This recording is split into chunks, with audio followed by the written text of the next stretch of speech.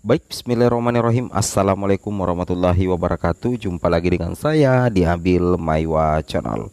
Jadi teman-teman, channel ini merupakan channel pendidikan tempat kita berbagi tentang aplikasi pendidikan, Microsoft Office, serta tips dan triks komputer.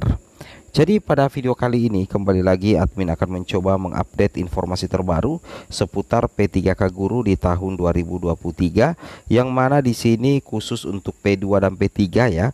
Cek ada dua ketentuan tambahan penentu lolos ASN jelang pengumuman tanggal 10 Maret 2023. Jadi untuk P2 dan P3 itu harap bersiap untuk mengecek akun SSC ASN. Tapi sebelum kita lanjut, bagi rekan-rekan guru yang baru pertama kali mampir channel ini, jangan lupa tekan tombol subscribe ya, dan aktifkan lonceng notifikasinya agar setiap hari Bapak Ibu bisa mendapatkan update informasi terbaru seputar P3K Guru di tahun 2023. Baik Bapak Ibu, tanpa berlama-lama lagi kita langsung saja to the point terkait dua ketentuan untuk penentu lolos ASN untuk P2 dan P3. Let's go. Jadi di sini tentunya Bapak Ibu sudah mengetahui semua, seperti inilah sebenarnya alur seleksi untuk pelamar prioritas 2 dan 3 ya. Jadi di sini kita sudah masuk di posisi pengumuman seleksi kompetensi. Ini rencananya kan tanggal 10 Maret ya. Nah, rencananya tanggal 10 Maret, dan nantinya yang menjadi penentu Bapak Ibu P2 dan P3 lolos menjadi ASN P3K yaitu berdasarkan nilai tertinggi lulus di sekolah induk selama ada kebutuhan Bapak Ibu ya. Tapi kalau tidak ada kebutuhan berarti nanti penempatannya bisa di sekolah lain. Jadi untuk penentu kelulusan P2 dan P3 tentunya itu berdasarkan daripada urutan nilai tertinggi. Nah, di sini kita lihat di sini P2 P3 kemudian melakukan pemilihan formasi. Setelah itu seleksi administrasi, sangga administrasi, seleksi kompetensi, pengumuman seleksi administrasi, sangga kompetensi, dan pengumuman seleksi kompetensi. Setelah itu guru dengan nilai tertinggi lulus di sekolah induk selama ada kebutuhan. Logikanya seperti itu Bapak Ibu ya. Nah, di sini ada ketentuan tambahan ya sebenarnya untuk P2 dan P3 yang perlu Bapak Ibu ketahui. Di sini Bapak Ibu perlu ketahui yang kami berikan warna orange ya, warna merah ya, apa ya, warna coklat kalau tidak salah itu merah saja ya. Di sini dikatakan panitia seleksi instansi daerah melakukan pengusulan penempatan pelamar prioritas 2 dan pelamar prioritas 3 itu berdasarkan urutan nilai tertinggi hasil penilaian seleksi kompetensi sebagaimana dimaksud pada huruf G kepada panitia seleksi P3K jabatan fungsional guru Kemendikbudristek ya Bapak Ibu ya, seperti itu logikanya.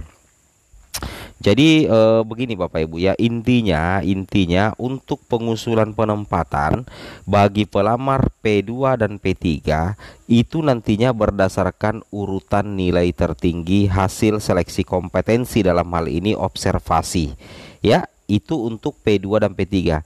Kenapa kami berani mengatakan seperti itu? Karena memang terdapat di dalam Juknis ya. Saya ulangi, ada di Juknis Bapak Ibu ya, ada di Juknis.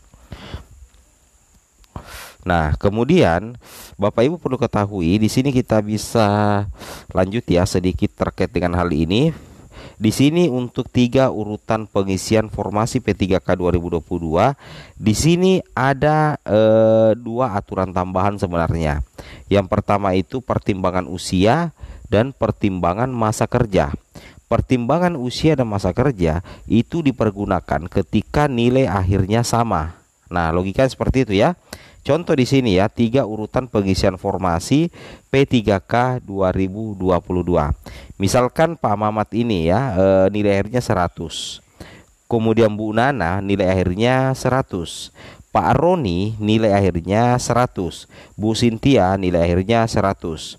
Pak Mamat ini adalah P2. Bu Nana sampai Bu Sintia adalah P3. Karena Pak Mamat ini adalah P2, maka otomatis Pak Mamat ini langsung mengisi satu formasi di sekolah ini, di sekolah induknya ya, mengisi formasi di sekolah A.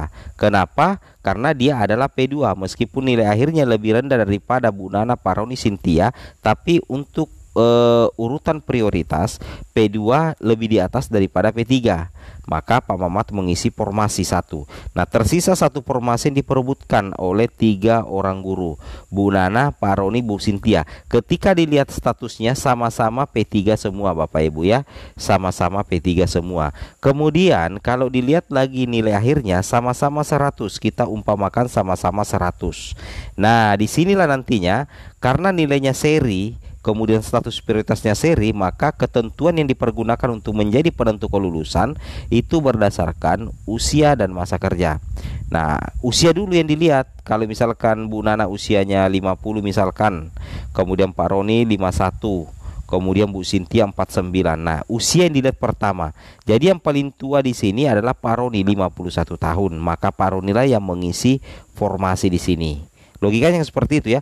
Kecuali kalau misalkan usia sama, semuanya seri sama usianya, maka barulah dipertimbangkan yang namanya masa kerja. Nah, seperti itu ya, 3 urutan pengisian formasi P3K 2022 berdasarkan urutan status prioritas, kemudian nilai akhir, kemudian kalau masih seri itu berdasarkan usia dan masa kerja. Itu ya Bapak Ibu ketentuan tambahan penentu kelulusan P2 dan P3. Kemudian kita lanjut lagi Bapak Ibu guru yang terhormat. Di sini Bapak Ibu bisa memperhatikan sedikit ya terkait dengan hal ini.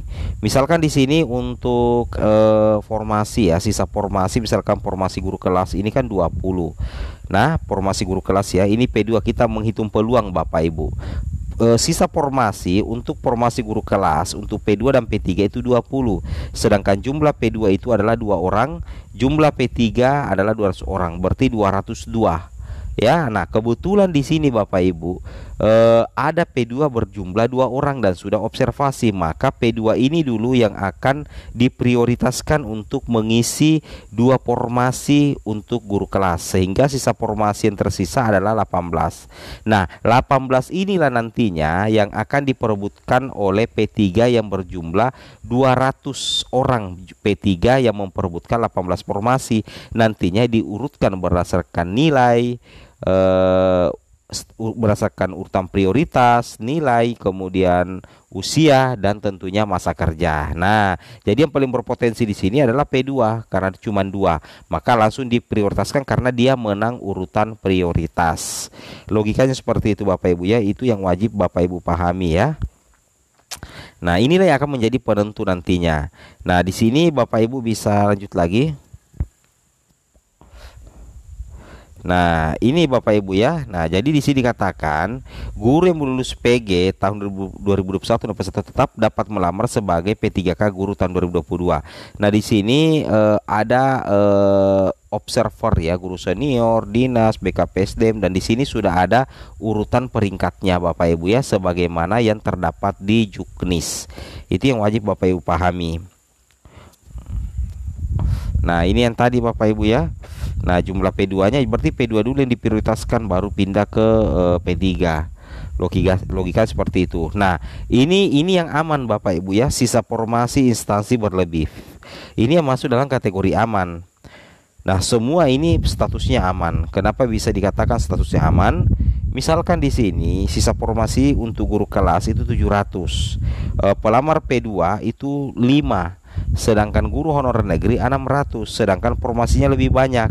Maka sangat memungkinkan seluruh guru honorer negeri yang berjumlah 600 ini dengan ditambah 5 dari kategori P2 itu akan diakomodir lolos menjadi ASN. Kenapa? Karena sisa formasi instansi berlebih dalam posisi aman sepanjang 600 guru ini dan 5 guru P2 ini sudah mengikuti seleksi observasi. Logika seperti itu Bapak Ibu ya. Semoga bermanfaat. Assalamualaikum warahmatullahi wabarakatuh.